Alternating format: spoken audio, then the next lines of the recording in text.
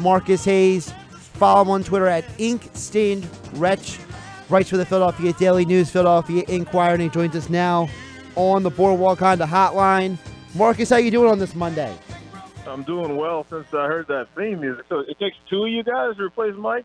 There's a Ryan and a Josh equal to Mike? I guess yes so. And no.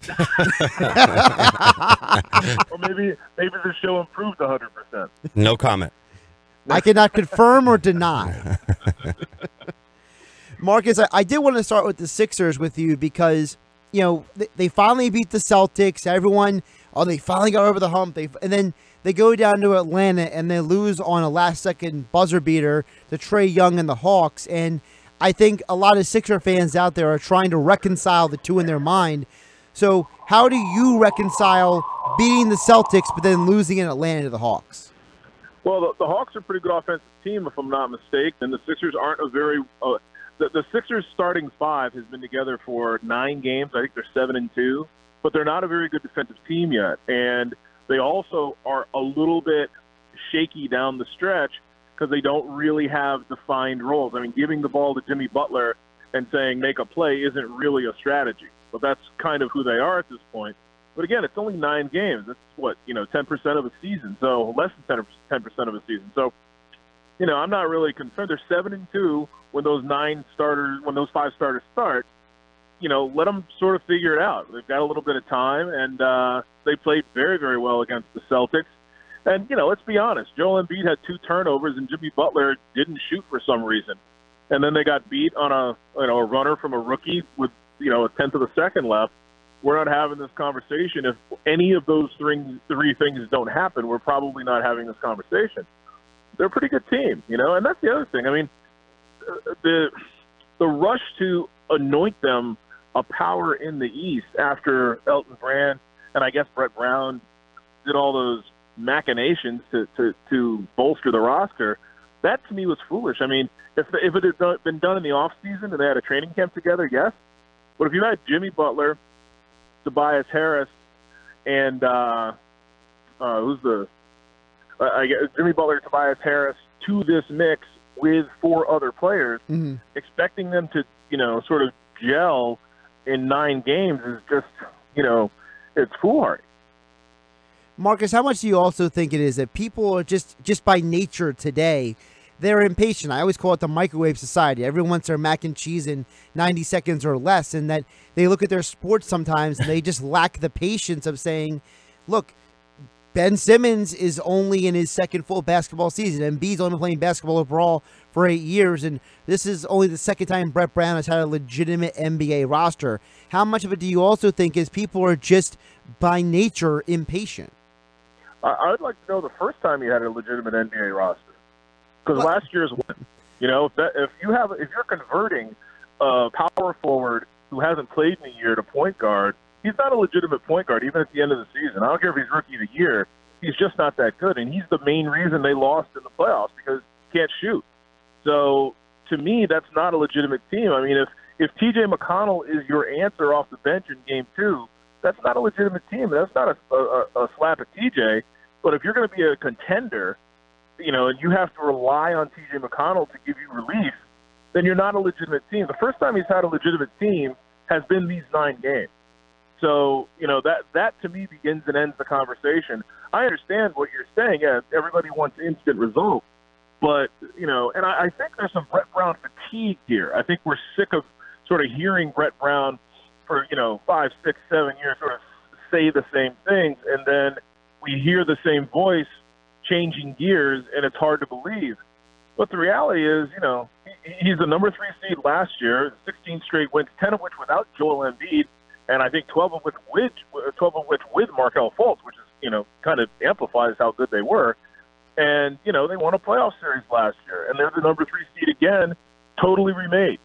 That, to me, is real good coaching. I don't know how good a coach Brett Brown is in the playoffs. He didn't do great in Game 2 of the second round last year.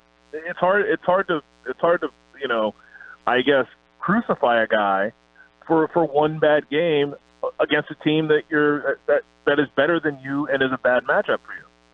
Yeah, I agree with everything you're saying, Marcus, for the most part. But it's hard for me to decipher between this team is just young, and young meaning they only have 9 games together. They've had a different lineup essentially every month for not only this year, but it feels like for the past 4 or 5 years now at this point. So I want to give the players some slack. I want to give Brett Brown some slack. But at what point, like if they lose in the playoffs in a manner that is quote unquote, not worthy, like they get out early, they get bounced in the first round, they get dominated by Boston in the second round, whatever happens in that type of fashion, at what point do you start saying, something's not working here? Or are we just like, when do you get to that point? Is it middle of the season next year? Is it a disappointing playoffs this year? Like what does this team have to go through? How much more until we say, you know what? Coach X isn't working, player isn't working, whatever it may be. Well, it would be fair if you gave Brett Brown this starting 5 or a starting 4, maybe minus JJ. I don't know how they view him versus the other assets they have or will have. Yeah. But the big 4 everybody sort of recognizes are Jimmy, Tobias, Joel, and Ben. How important is Redick, Marcus? I'm sorry to cut you off, but I'm glad you did, because he is probably more important than what I just said. Yeah. He occupies their best perimeter defender, their best small perimeter defender, right? Which often means good things for Ben Simmons and Jimmy Butler. So you raise an excellent point. I don't know if you can replace that. I don't know if you should replace that. Maybe you sign him again. Maybe he wants to come back here again. But to answer your question, you give Brett Brown a full training camp, a full season, and a full playoffs next year, and then you give the next coach that formula. I like Jimmy Butler. I don't think he's a max guy, but you can overpay whoever you want with their salary structure. And I believe Tobias Harris is probably more valuable. I wouldn't mind them giving Tobias Harris the ball in the last 90 seconds more than Jimmy Butler at this point. But all that said, if it's an either or, I don't think you can go wrong. But to answer your question, you give him 5 solid players and 3 good bench players, so 3 real legitimate NBA bench players, and through a training camp and a postseason and see what you have.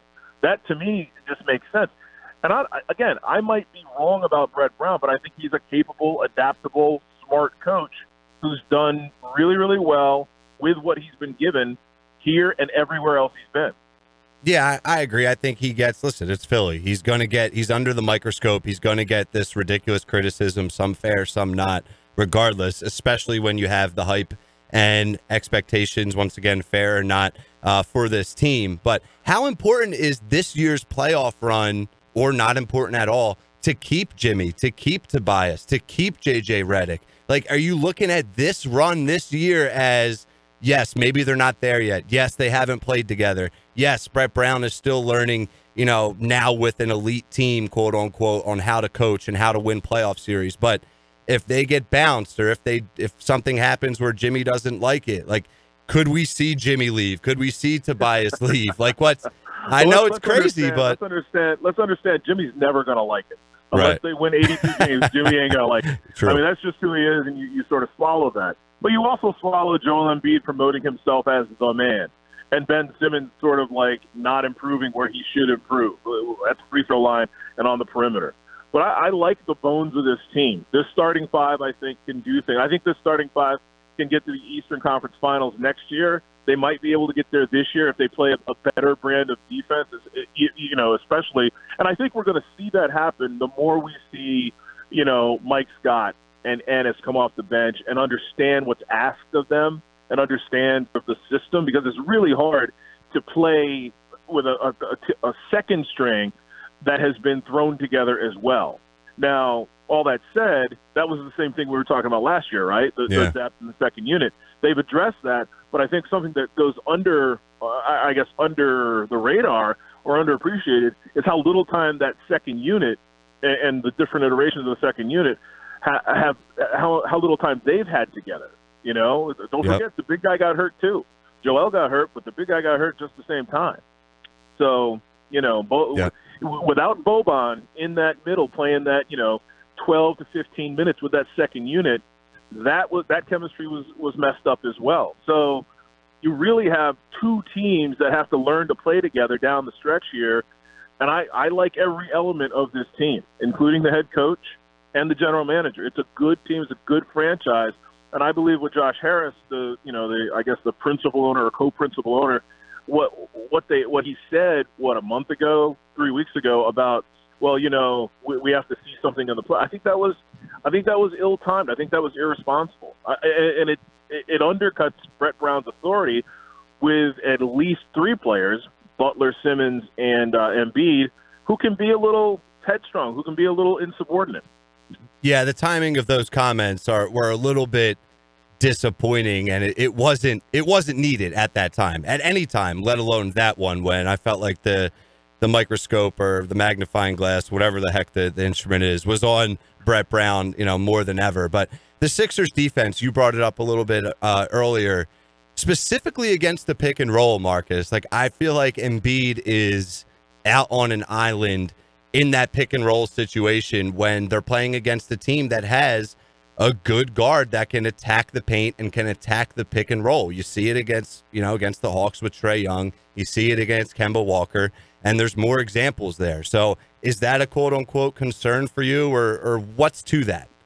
Yeah, I agree, but defending the pick and roll as a post player in today's NBA is like learning how to dance without touching your partner, if you know what I'm talking about. It's a really hard thing to do. Not many elite defenders do it well. There is a genius to it, sort of knowing how far, sort of understanding your length and your foot speed, and when to switch and when not to switch and how to switch and things like that. Joel Embiid is a very young player. Let's not forget. I mean, he missed 10% of this season, and he missed 12% of last season, and he missed 25% of the season before, or whatever the numbers are. He hasn't played that much basketball, and this is the hardest thing in basketball to learn, sort of where your body is in the post with the ball and where you are on the perimeter without the ball when you're a big guy. I mean, Joel Embiid might not be proficient at that skill for 2 more years, and we've seen how fast he learns everything. You just have to be put in those positions, those situations, and learn from them. Marcus Hayes joining us on the Boardwalk Honda Hotline on 97.3 ESPN FM. Follow him on Twitter at InkStainedRetch.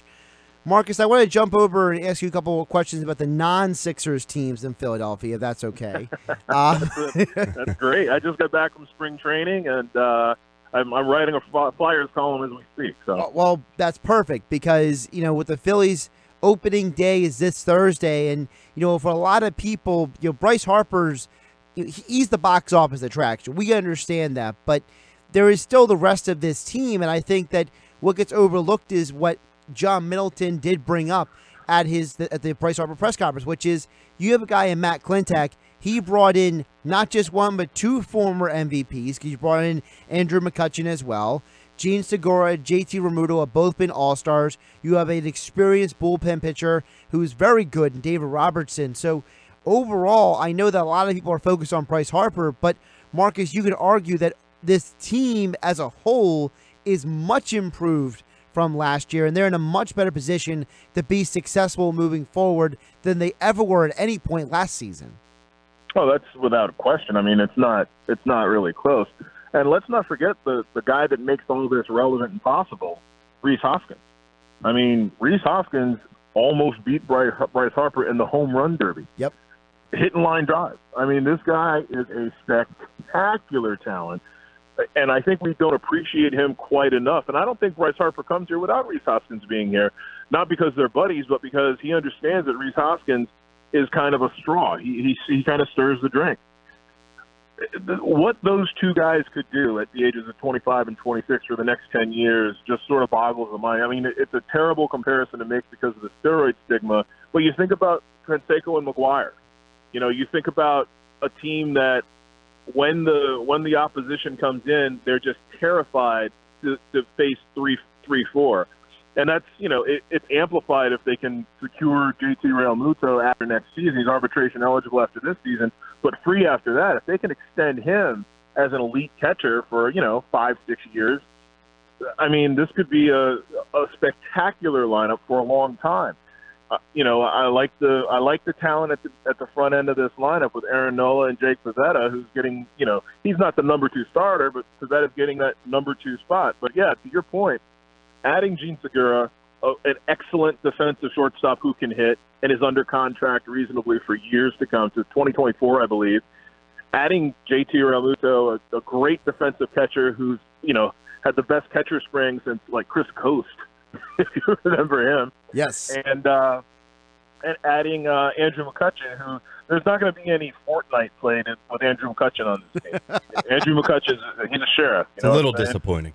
Yeah. Well, what are you going to do? Well, Marcus, it's funny you bring that up because I mentioned this when the whole Carlos Santana story came out. People got on Jimmy Butler because he went after Wiggins and Karl Anthony Towns for playing Fortnite, but Carlos Santana goes after the Phillies players and breaks their TV, and it's kind of like everyone's like, oh, well, maybe maybe this is more of a Fortnite young player issue than people realize. Oh my God, it's worse than it's. I shouldn't say that because alcohol and nightlife can sort of ruin your health. No, but Marcus, there is an addictive element to video game play. Well, and what it does is it makes you not sleep.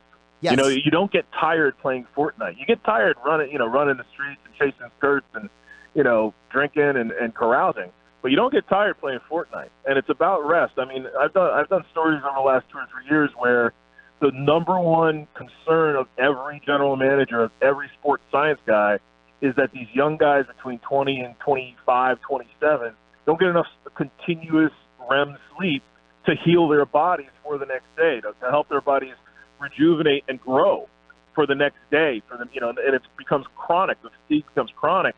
They never learn how to sleep. They never learn how to take care of themselves. It's a huge issue. But as I said, with Andrew McCutchen in the clubhouse, and he's in the clubhouse, like he's there. He's a professional. He's always been a professional. Adding him, even if he hits 250 with 15 homers, adding him adds an element of professionalism that even Carlos Santana did not add. Let's be frank. Carlos Santana was traded twice before he came out with the Fortnite story news. So I don't doubt that it happened, and I don't doubt that it happened that way. But we're talking about a game where the Red Sox were taking shots of whiskey before they played, and some of their pitchers were eating fried chicken in the clubhouse during games, and playing cards. So this ain't football. This ain't basketball. You're not on a bench. If you're a starting pitcher, especially, what are you supposed to do? Not everybody's like, Roy Halladay and Cliff Lee dissecting every batter's at bat. Not everybody's made that way. I don't care if they play Fortnite as long as they show up, more than every fortnight and produce. Ain't that the truth? You mentioned McCutchen. Is he potentially the underrated move this offseason? Because you got a guy, he is a former National League MVP. When he was in Pittsburgh, I know a lot of people didn't pay attention because the Pirates were so bad for so long, but the dude was a phenomenal player, and he's still an impactful bat. And I think that there's a level of respect when you got NL MVP on your resume, is there not? There is, and I'll say this. I mean, I think Andrew McCutchen is diminished because he's just been worn. He's 32, but he's an old 32. He's a tired 32. That said, this is the perfect situation for him. He's not being asked to. I mean, he may lead off half the games. He doesn't have to be the leadoff hitter because Cesar Hernandez exists. He could be sneaky effective. He could hit 30 homers, especially in this ballpark. He might have hit 60 homers if he's been playing in this ballpark during his MVP, type years. Because anybody who can pull the ball down a left field line here and do so consistently, you're going to get 5 to 30% bounce in your home run totals, especially compared to playing in Pittsburgh. So, yeah, I think Andrew McCutchen was a great find, a great signing. He might be overpaid a little bit, but it's not my money, and I'm not stupid. I don't spend stupid money. But then again, I'm not worth $3 billion. Right? Am I? I'm not worth $3 billion, right? If you were, I would congratulate you, Marcus. Please let us know if you are. Yeah, right. But I have to also ask you about the other Philadelphia news story that hasn't gotten a ton of pub. I know, even though Scott Van Pelt did mention it on his one of his takes on SportsCenter, but the changing scene of college basketball with the Big Five coaches, Phil Martelli pushed out, Fran Dunphy, he still seems like a guy who could coach, even though Aaron McKie is now going to be the guy. I know you wrote about it at Philly.com. I just wanted to give you an opportunity to just talk about the impact of the changing scene of the Big Five in college basketball from guys who have, for lack of a better term, have been ingrained into the fabric of the Big Five scene.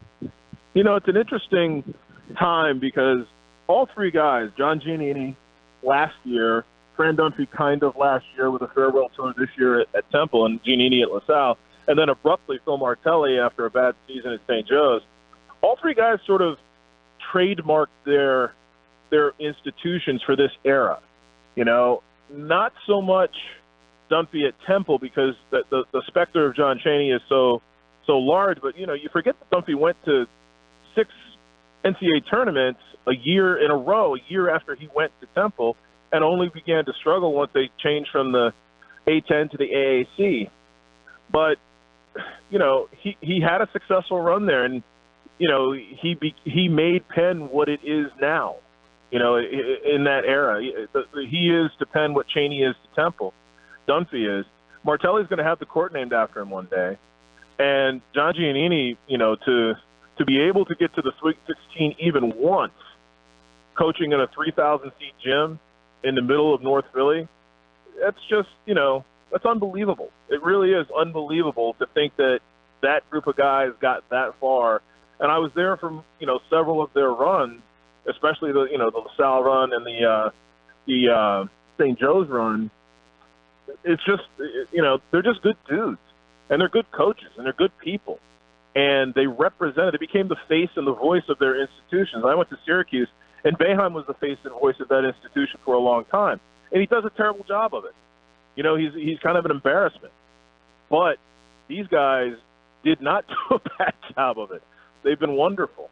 And they sort of not only embodied Philadelphia basketball, Big Five basketball, but Philadelphia sports. You know, when I needed to talk to them about something historical, when I needed to get a, you know, hey, I was there for it Philly quote, I could call Fran Dunphy or Phil Martelli, and still can, and they can recount what the city was like and understand how I need it presented because they lived through it as Philly guys. You know what I'm saying? Right, and also, and Mark, if I could jump in, the other thing with Martelli, and the national media doesn't know this as much as the local folks do, but Phil Martelli was more than just a basketball coach. There was so much that he did for other coaches, for the community, helped raising money for Coaches versus Cancer. You know, high school coaches in the region, you know, he would help them out with small things on the side that never got publicized and talked about. He was more of a part of the community than just a basketball coach. And to me, part of the problem here with St. Joe's is that the person who shoved him out the door, I'm not going to use the word fire, they shoved him out the door, in my opinion, was someone who doesn't even understand the community. It's an outsider coming in deciding that I'm going to judge this guy purely based on wins and losses. Well, you know, that outsider coming in also has a boss who, you know, gave her the right to do that. You know, this is administration. It's not a one-person move.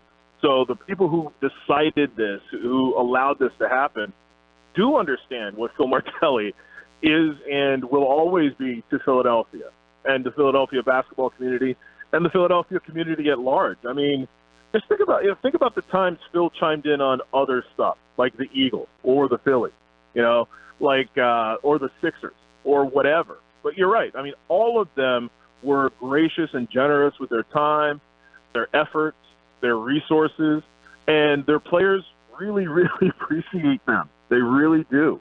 I mean, these were father figures to several of the players. Not every player needs a father figure, but if any of them did, these guys were great examples. So, yeah, they're treasures. They really are. I mean, you say that and it sounds patronizing. It sounds like you're talking about very old people.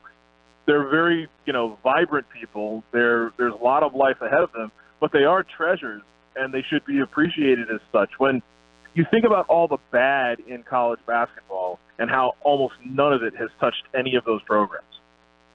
Yeah, it was a special run for those coaches, and Philadelphia, you know, college hoops. It's going to be an adjustment for all of us, Marcus. That's for sure. All those guys will be missed. So before we let you go, I want to have some fun with you. You know, every time you and I talk, we bring up, you know, a certain lady of the past, present, or, you know, potentially future. Kathy Ireland, absolutely. Yeah. So you educated me on Kathy Ireland. That's something that I'll never forget. You'll probably forget it, but I won't, because that was pretty cool. I will never forget Kathy Ireland. Also, Marcus, Boom, it's on tape. Also, no, I know you won't forget her, but our conversation of you also had to introduce Ryan to Elle Macpherson, too. And Elle Macpherson. So it's March Madness time. Let me ask you. No, go ahead. Ask me. No, go ahead. Well, let me ask you this. Have you heard of Raquel Welch? I have. Yes, I have. How about Sophia Loren? Yes, I've heard of her as well. Okay, well, if I were you, I would Google image Raquel Welch and Sophia Loren so you can see what real beauty looks like. I will do that as soon as we go to break. So it's March Madness time. Give me a an all-time 1 seed, a Cinderella story, and maybe another lady that falls under that category. Among women? Well, I would say Sophia Loren is an all-time 1 seed. She's a UCLA, Duke, whatever you want to. Okay. Whatever you. She's the powerhouse. Yeah, and Aunt Becky. I would say Aunt Becky is a Cinderella story. Lori Loughlin, the infamous college admissions cheater. Now infamous, right? And what was the other category? I got a 1 seed. I got a Cinderella, and what else? Just another, any other. How about a mid-major? Yeah, mid-major. A mid-major. Let me think. How about mid-major? I would say Farrah Fawcett majors. She's Farrah Fawcett now, but she was married to the $6 million man, and she was worth twice as much. Boom, love it. Thanks for coming on and having some fun with us, Marcus. I appreciate it, man. My pleasure. I hope my lecherous nature didn't pollute your show too much. You cleaned it up. Take care, fellas.